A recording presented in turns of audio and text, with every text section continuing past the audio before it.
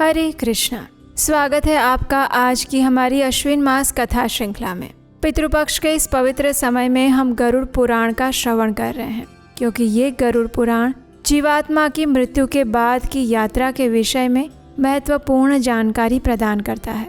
इस गरुड़ पुराण को सुनाया था भगवान श्री विष्णु ने गरुड़ जी को, और इसी कथा श्रृंखला में आज की कड़ी में हम श्रवण करेंगे कि अशौच अवस्था में कौन से कृत्य करने चाहिए, उसकी अवधि कितनी होनी चाहिए, दशगात्र विधि क्या है और 9 प्रकार के श्राद्धों का स्वरूप कैसा होता है। इन सभी विषयों पर आज हम चर्चा करेंगे। तो चलिए हमारी अश्विन मास कथा श्रृंखला को आगे बढ़ाते हैं और सुनते हैं आज की कथा। आइए आज की अश्विन मास कथा आरंभ करते हैं। भगवान श्री कृष्ण ने कहा, हे गरुड़, इस प्रकार मृत व्यक्ति का दाह संस्कार करने के बाद स्नान और तिलोदक कर्म करना चाहिए। उसके बाद स्त्रियां आगे चले और पुरुष उनके पीछे पीछे स्मशान गृह से घर पर जाएं। घर के द्वार पर पहुंचकर वे सभी मृत व्यक्ति का नाम लेकर रोते हुए नीम की पत्तियों का प्राशन करें और पत्थर के ऊपर खड़े होकर आचमन करें। उसके बाद सभी पुत्र पौत्र आदि और सगोत्री परिजन घर में जाएं और फिर जो 10 रात्रियों का अशौच कर्म होता है उसे पूरा करें। यानी कि जो 10 दिन तक सूतक काल लगता है उसके विषय में यहाँ पर बात कर रहे हैं। इस काल में उन सभी को बाहर से खरीदकर भोजन करना चाहिए। अपने घर पर भोजन नहीं पकाना चाहिए। रात्रि में वे अलग अलग आसन पर सोएं, क्षार और नमक से रहित भोजन करें।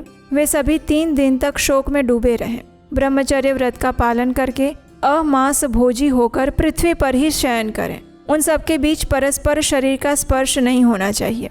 वे इस अशौच अवस्था के उपरांत अंतराल में दान और अध्ययन कर्म से दूर रहें। दुख से मलिन, उत्साहहीन, अधोमुख कातर और भोग विलास से दूर होकर वे अंग मर्दन और सिर धोना भी छोड़ दें। इस अशौच की अवस्था में मिट्टी के बने पात्र या पत्तलों में भोजन करना चाहिए। 1 या 3 दिन तक उपवास करना चाहिए। अब इस अशौच अवस्था के बारे में सुनकर गरुड़ जी भगवान श्री हरि से पूछते हैं। गरुड़ जी ने कहा, हे प्रभु, अशौचियों के अशौच के विषय में तो आपने कह दिया, लेकिन ये अशौच अवस्था कितने समय तक, कितने दिन तक रहनी चाहिए, उसके लक्षण क्या होते हैं, उससे संलिप्त लोगों को उस काल में कैसा जीवन व्यतीत करना चाहिए, इन सभी बातों को भी आप बताइए। तब भगवान श्री कृष्ण कहते हैं, हे खगेश, ये अशौच तो विधि सम्मत समय और क्रिया आदि के द्वारा शीघ्र ही समाप्त करने योग्य होता है, क्योंकि प्राणी इस काल में पिंडदान, अध्ययन और अन्य प्रकार के दान पुण्य आदि सत्कर्मों से दूर हो जाता है। सब पिंडियों में मरण शौच 10 दिन का माना जाता है। जो लोग भली भांति शुद्धि प्राप्त करने की इच्छा रखते हैं उनके लिए पुत्र आदि के जन्म लेने पर भी इसी प्रकार अशौच होता है। समान उदकों के जनना शौच में 3 रात्रि में शुद्धि होती है। जो मृतक को जल देने वाले हैं वे मरणा शौच में भी 3 दिनों के बाद शुद्ध हो जाते हैं। दांत निकलने तक मरणा शौच होने पर वो सद्य समाप्त हो जाता है। यदि चूड़ाकरण संस्कार हो जाने के बाद बालक की मृत्यु हो जाती है तो 1 रात्रि का अशौच माना जाता है। उपनयन यानी जनेऊ संस्कार होने के पूर्व तक 3 दिन और उसके बाद 10 दिन का अशौच होता है। हे पक्षिन, तुम्हें मैंने अशौच बता दिया। अब मैं संक्षेप में प्रसंग प्राप्त अशौच के विषय में तुम्हें बताता हूँ। हे काश्यप, सूत्र से बंधे हुए 3 काष्ठों की तिगोड़ियाँ को रात्रि में आकाश के नीचे स्थापित करके चौराहे पर खड़ा कर दे और अत्र स्नाहि और पिबात्र इस मंत्र उच्चार के साथ उसके ऊपर मिट्टी के पात्र में जल और दूध रख दे। संस्कर्ता अपने सगोत्रियों के साथ पहले, तीसरे, 7वें और 9वें दिन अस्थि संचयन करें। जो सगोत्री हैं वे मृतक के ऊर्ध्व भाग की अस्थियों का ही स्पर्श कर सकते हैं। समानोदक की भी सभी क्रियाओं के योग्य हैं। प्रेत को पिंडदान बाहर ही करें। इस क्रिया को करने के लिए सबसे पहले स्नान करके संयतमना होकर उत्तर दिशा में चरु का निर्माण करें।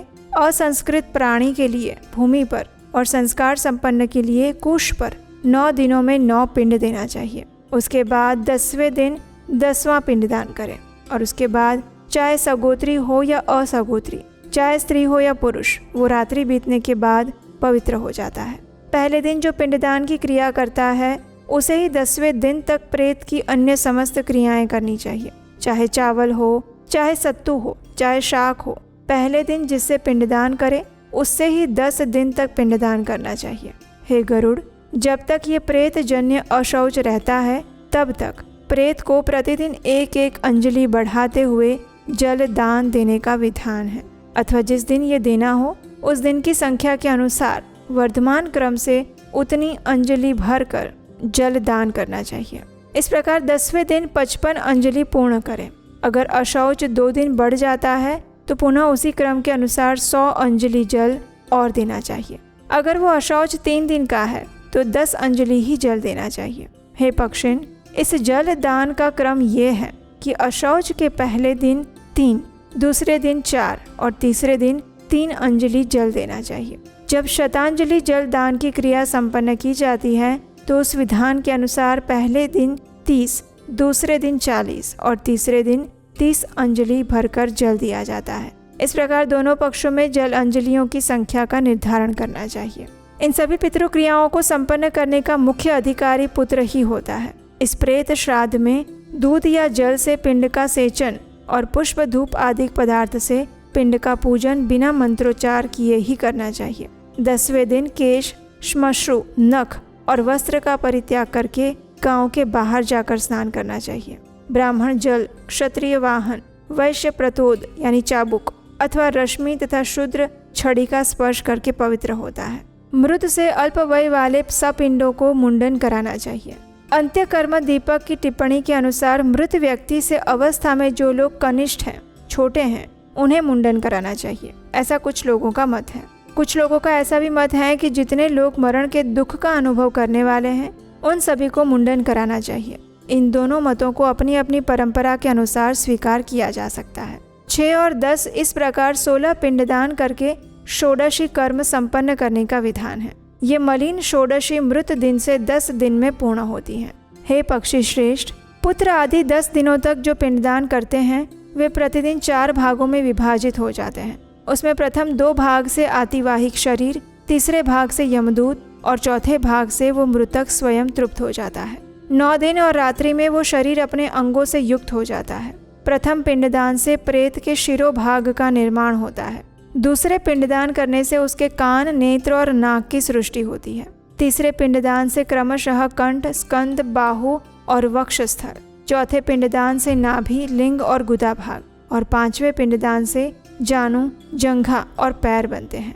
इसी प्रकार 6ठे पिंडदान से सभी मर्मस्थल, 7वें पिंडदान से नाड़ी समूह, 8वें पिंडदान से दांत और लोम तथा 9वें पिंडदान से वीर्य और 10वें पिंडदान से उस शरीर में पूर्णता, तृप्ति और भूख प्यास का उदय हो जाता है। इतना कहने के बाद भगवान विष्णु अब मध्यम षोडशी विधि का वर्णन करेंगे और वो क्या होता है इसके विषय में हम सुनेंगे हमारी इसी अश्विन मास कथा श्रृंखला की अगली कड़ी में। उसे सुनने के लिए अगर अभी तक नहीं किया है तो आपके अपने चैनल उपदेशाष्टकम को सब्सक्राइब करके रखिए। अगर आज की ये कथा अच्छी लगी है तो उसे लाइक करके शेयर कीजिए और हम आपसे मिलेंगे इसी कथा श्रृंखला की अगली कड़ी के साथ कल प्रातःकाल आपके अपने चैनल उपदेशाष्टकम पर। हरे कृष्णा।